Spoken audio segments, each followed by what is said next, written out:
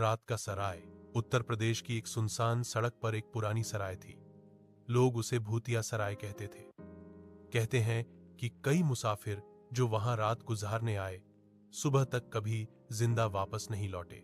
एक बार अनिल नाम का व्यापारी अपने घोड़े पर सफर कर रहा था। रात काफी हो चुकी थी और उसे कोई ठिकाना नहीं मिला। दूर से उसे रोशनी दिखाई दी। पास जाकर देखा तो वही सराय थी।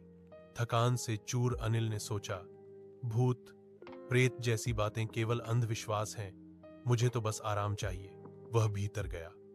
सराय के रखवाले ने मुस्कुराते हुए कहा, स्वागत है साहब, आज आप ही हमारे मेहमान हैं। कमरा ठीक ठाक था, चारपाई बिछी हुई थी।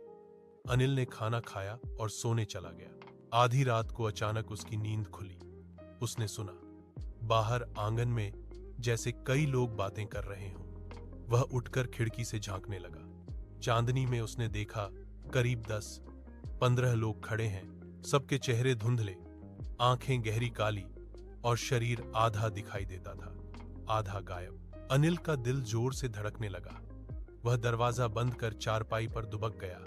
तभी उसके कानों में फुसफुसाहट गूंजी, नया मेहमान, नया खून। दरवाजा अपने आप चर्र चर्र की आवाज के साथ खुल गया।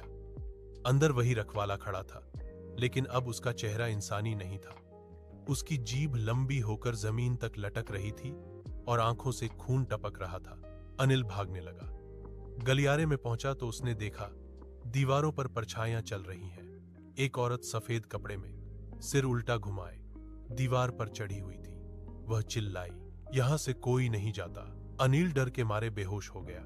सुबह गांव वाले जब उस सराय के पास पहुंचे तो उन्होंने देखा दरवाजा टूटा पड़ा है और अनिल बाहर जमीन पर पड़ा है। उसकी सांस